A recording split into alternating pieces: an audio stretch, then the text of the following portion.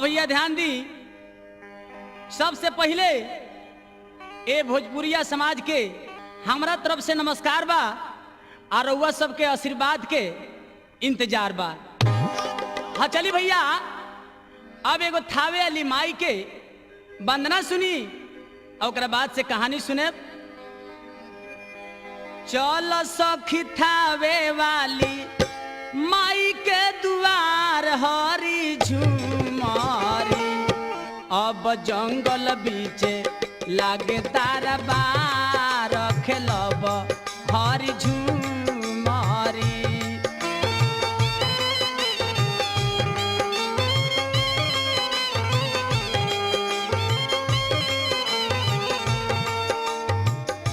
चल सखी थावे वाली माई के दुआर हरी झूमारी, अब जंगल बीचे लागे दरबार खेलब हरी झूमारी।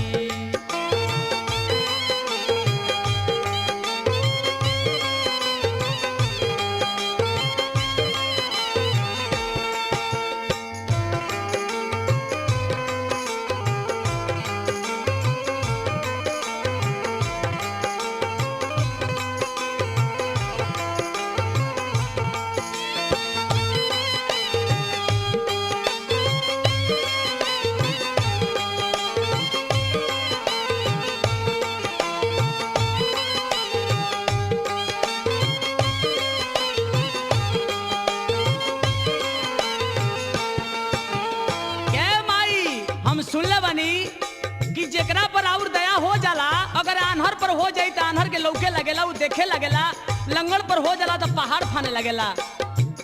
यही से भक्त कहले वो थावे वाली माई से, रहसु के तरलू माई महिमा पार हो,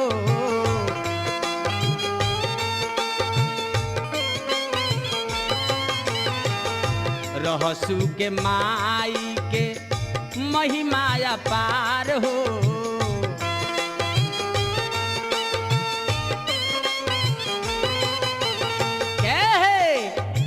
रउरा दरबार में बड़ा हाला होला, रोज हाला होला, इतना ना भीड़ होला। यही से कवि कहले, लाले लाले फूल चढ़े सुकाबा सुमार हो,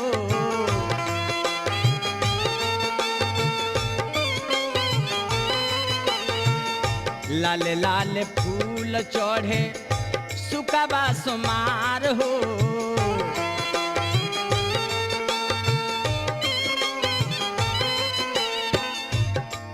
अब कांगाना देखबलू मुड़ी फार खेलब हरी झूमारी।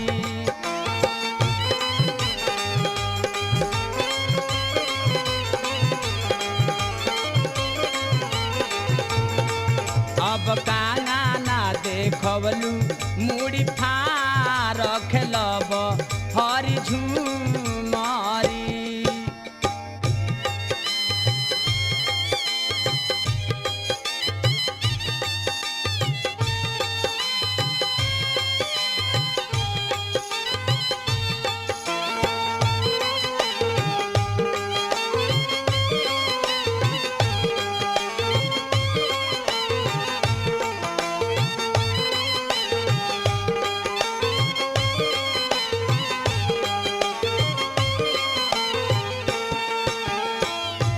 कावरू से चल के माई थावे में अइलू हो,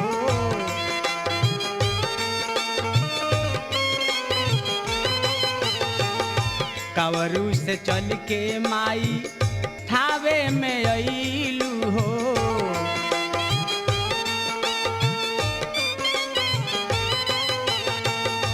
थावे सहरिया के धाम बनैलू हो,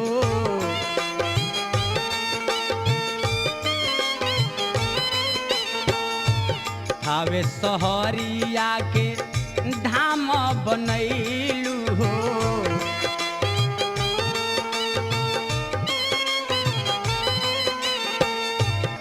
अब सेवा का जुटेले बेसुमार खेलब हरी झूम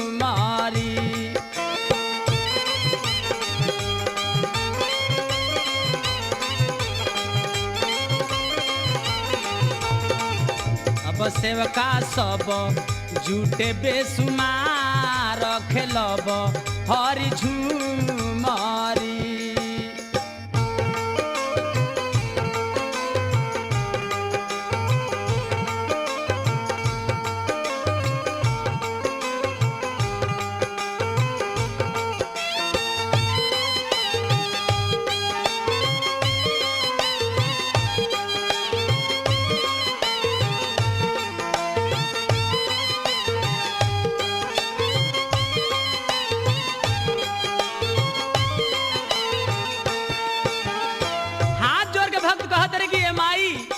जैसे सबके लालसा पूरा करेलू वैसे आज ये मैनेजर के लालसा पूरा कर। व्यास मैनेजर हरी करेले गोहरिया हो,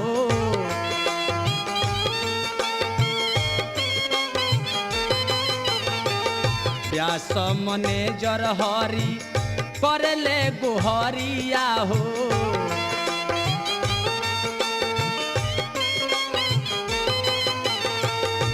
आसरा लगवले बानी बनी के पुजरिया हो,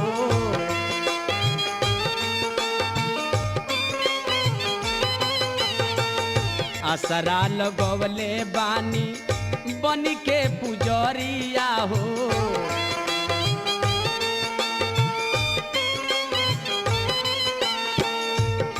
अब नैया लगा दो खे के पार खेलब हरि झूमरी।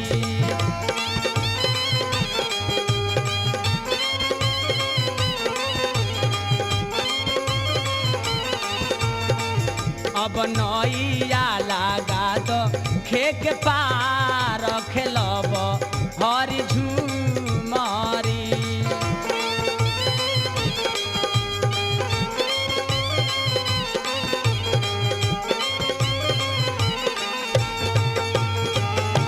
हाँ भैया अब ध्यान दी। अब हमरा से कहानी सुनी, कहानी भेड़िहार के। बहुत दर्दनाक कहानी बा भैया कि राजा कहाँ के रहले, कौन कौन आफत विपत पड़ल। इसी देश में रहते थे चंद्रसेन महाराज, अरे बड़े दयालु धर्मात्मा थे वीर बलवान। कि राजा के नगरी में सब कोई खुशहाल रहे, कोई चोरी होखे ना पावे, अरे वैसन उनकर राज रहे। राजा के नगरी में सब कोई खुशहाल रहत रहे, कोई चोरी डकैती ना होखे। लेकिन इहे इतना कमी रहे कि राजा के सब चीज भरले बा, लेकिन भगवान राजा के को बेटा ना देले रहले। मन मार के राजा सोचत रहले, आ सोचते सोचते पहुंच गए कहवा, ये दुर्गा जी के मंदिर में। आ मंदिर में जाके हाथ जोड़ के झरझर रोए लगले, कहे लगले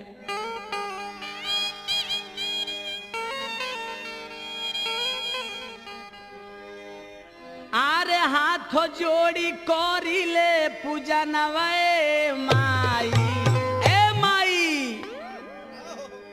कि हाथ जोड़ी करिले पूजा नवाए माई। पुत्र बिना सुनबा भवनवाए माई,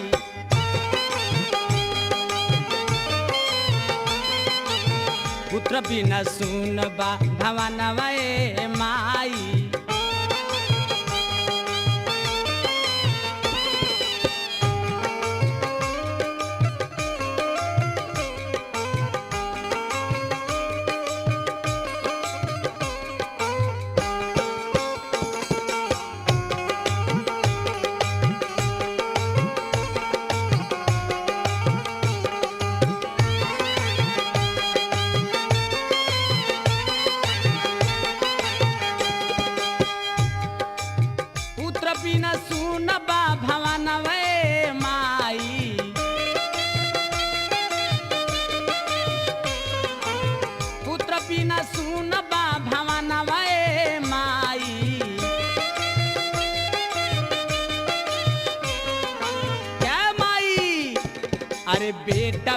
सुनबा भवनवा ए माई।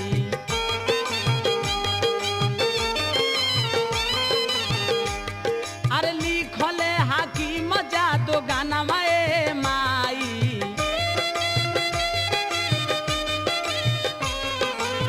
लिखले हाकिम जादो गानवा ए माई।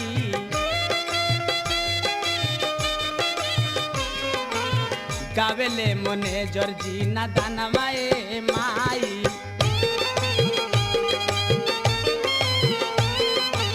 गावेले मने जर्जी ना दानवा ए माई।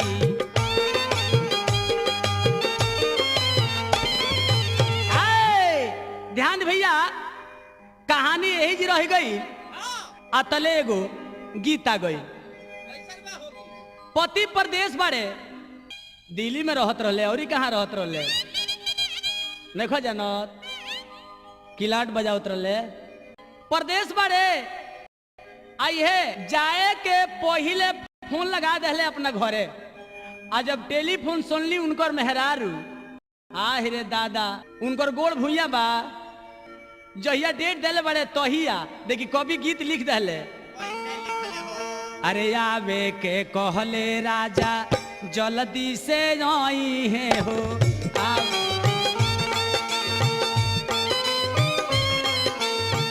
आवे के कहले राजा जल्दी से आई है हो।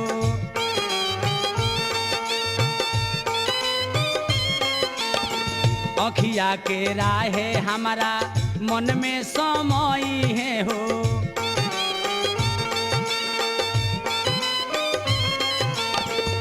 पेनहब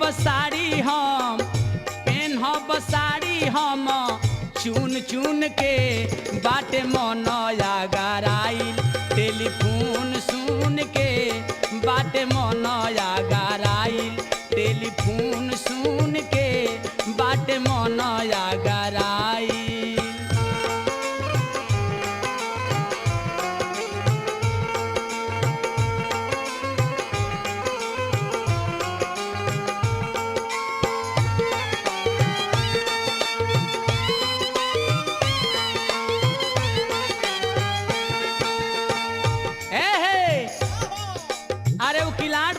गंगा कैसेट कंपनी में ओई से छुट्टिए नहीं खे मिलत कि उ घरे जात।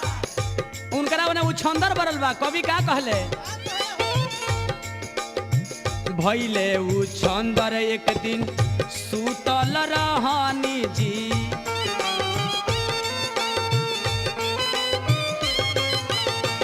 भइले उछंदर एक दिन सुतल रहनी जी।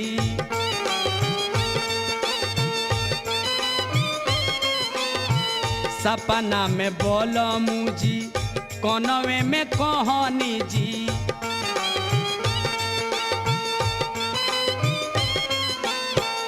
भइले आवाज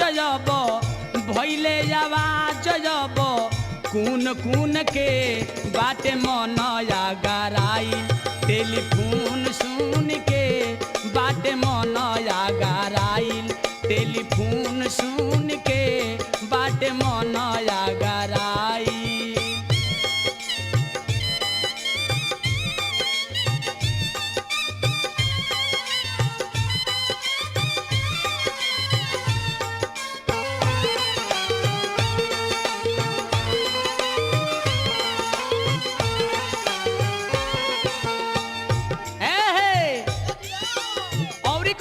जल्दी से तू ना आइब दिल्ली से तो सुन लो। एने मिंतर हमारा मन के भोरवले बाड़े।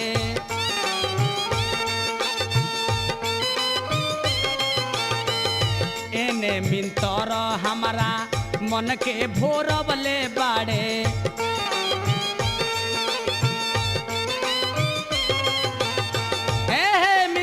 मन के मोहिए ले बड़े लेकिन एगो औरी काम कइले बड़े। जल्दी से आवा ना। बाबू मने जर्जी के लगही बोलबले बाड़े।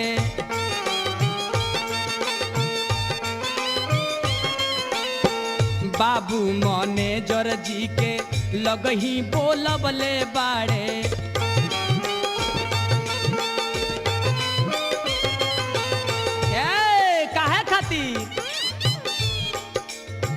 मन के मनाई उनकर, मन के मनाई उनकर धुन सुन के बाटे मनया गराइल, टेलीफोन सुन के बाटे मनया गराइल टेलीफोन।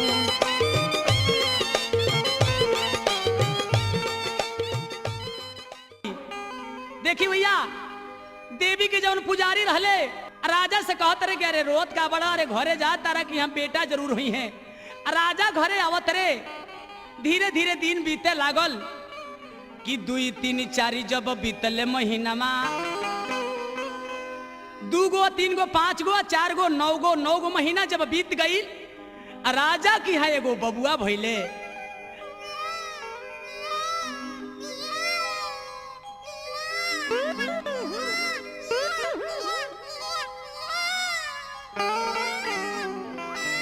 सब टोला महला लोग जुट गए, वो बबुआ के रवाई सुन के आंगन में बैठ के सखी लोग सोहर कैसे गावत, एगो सोहर के लैली भैया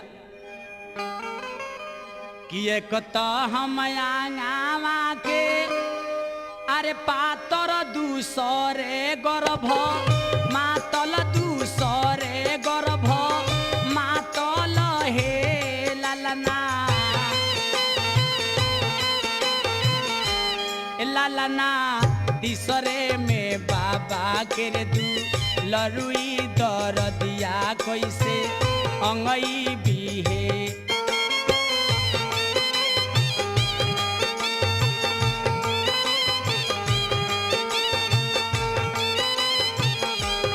लालना तीसरे में बाबा के रे दू लरुई दर दिया कैसे अंगई बीहे।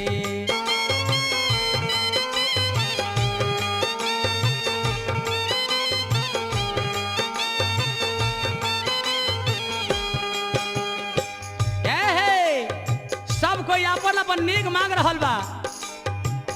मेघ गरजे घाना घोर बिजुरिया चमकी रहे, बिजुरिया चमकी रहे लीहे लालना लालना चिहुकी चिहुकी होला भोर बलमुआ नहीं जागे ले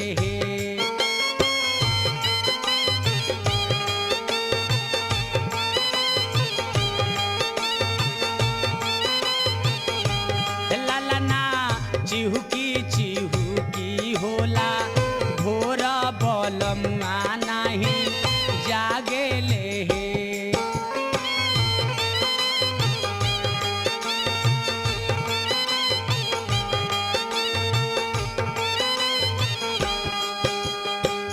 हाय देखिए भैया 551 रुपया पुरस्कार आ गई गंगा कैसेट कंपनी के तरफ से। हमारा तरफ से नमस्कार, खुशी रहे कि भगवान से प्रार्थना बा।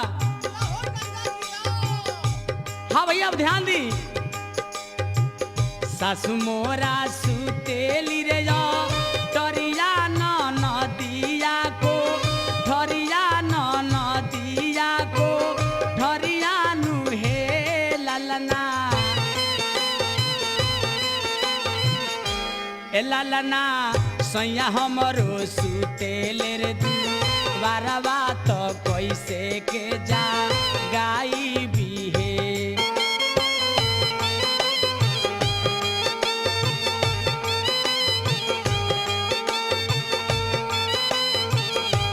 लालना सैया हमरो सुतेले रे दू बारवा तो कैसे के जा गाई बीहे।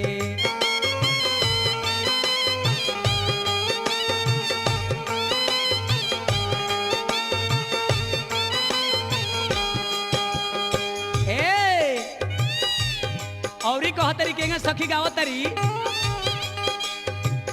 उठ उठ लहुरी रे नदिया तो सैया के जा गा देबू सैया के जा गा देबू हे लालना ए लालना उठेला रे पजरिया में दर्द तो धगरी नबो लादना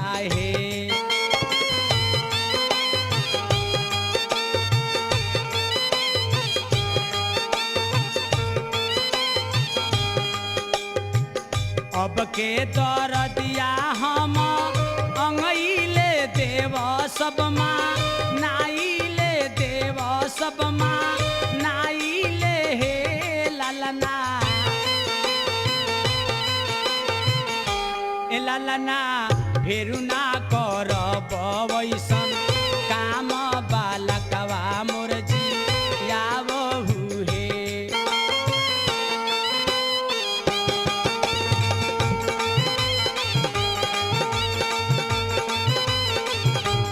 लालना फेरु ना करब वैसन काम बालकवा मोर जी यावहु हे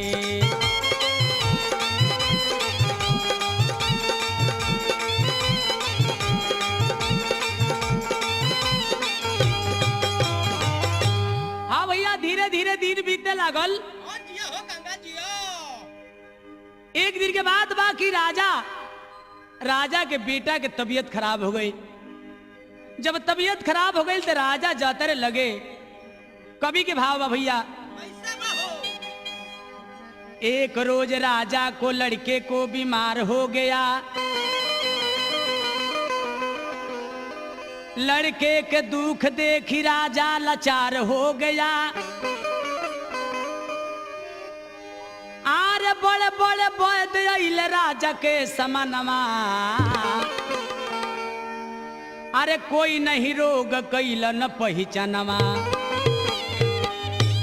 भारी भारी डॉक्टर लोग वैद्य लोग बुलावल गईल, लेकिन राजा के लड़किया के तबीयत खराब रहे। केहू बीमारी के ना पहचान सकल।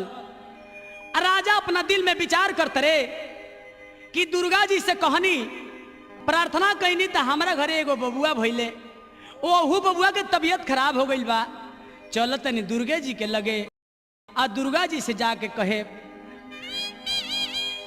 राजा जाते रहे दुर्गा जी के मंदिर में जाके मुँहे के भरे गिर गई बड़े आ रो रो के कहत रे।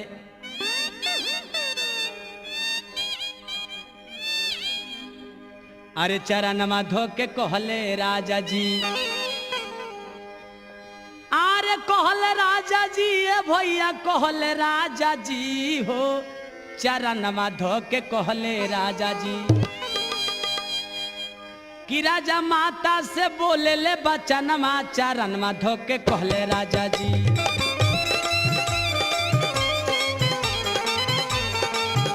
राजा माता से बोले ले बचनमा। चरणमा धो के कहले राजा जी।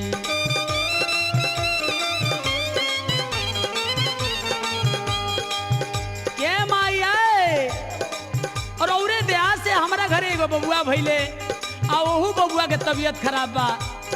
हाथ जोड़ के कैसे वो दुर्गा जी से प्रार्थना करते रहे राजा। राजा माता से बोले ले बचनमा। चरणमा धो के कहले राजा जी।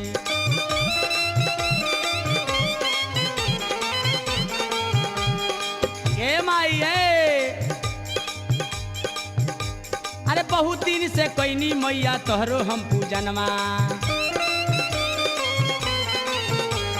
बहुत दिन से कैनी मैया तोहरो हम पूजनमा।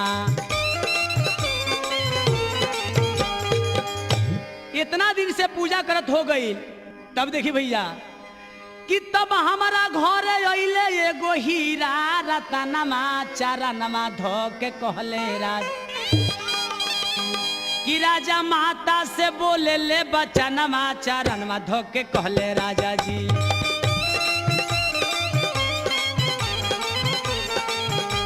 अरे कहले राजा जी ए भैया कहले राजा जी हो। चरणमा धो के कहले राजा जी।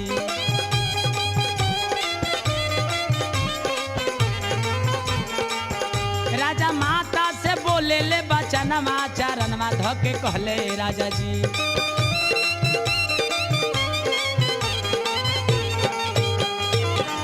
हाँ भैया जब इतना बात राजा जाके दुर्गा जी से कहे लगले तब देवी के पुजारी कहले राजा से बचनमा। के राजा अरे तू कार वतरा अरे घरे जा। तारा लड़का के तबीयत बा खराब तो ठीक हो जाई। कैसे कि अपना लड़का के बदला में दोसर अरे लड़का दो बलदानमा बेजनमा तो नी आगे के के राजा अपना लड़का के बदला में दूसरा कहीं से लड़का खरीद के मंगावो आ लिया के दुर्गा जी के मंदिर पर बलिदान चढ़ावो, तहार बबुआ ठीक हो जाइए। राजा के धन के घमंड, संपत्ति के घमंड, आदेश लगा दे सिपाही लोग से कि आए सिपाही जल्दी जालो आ कतही से एगो लड़का खोज के लिए अला कामबा आ लिया के दुर्गा जी के मंदिर तरे वो लड़का के बलिदान चढ़ावला के काम बा, काहे कि हमार बबुआ ठीक हो जास। धन के घमंड है। सिपाही लोग के भेज दहले, सिपाही लोग कैसे चल दिहल हो।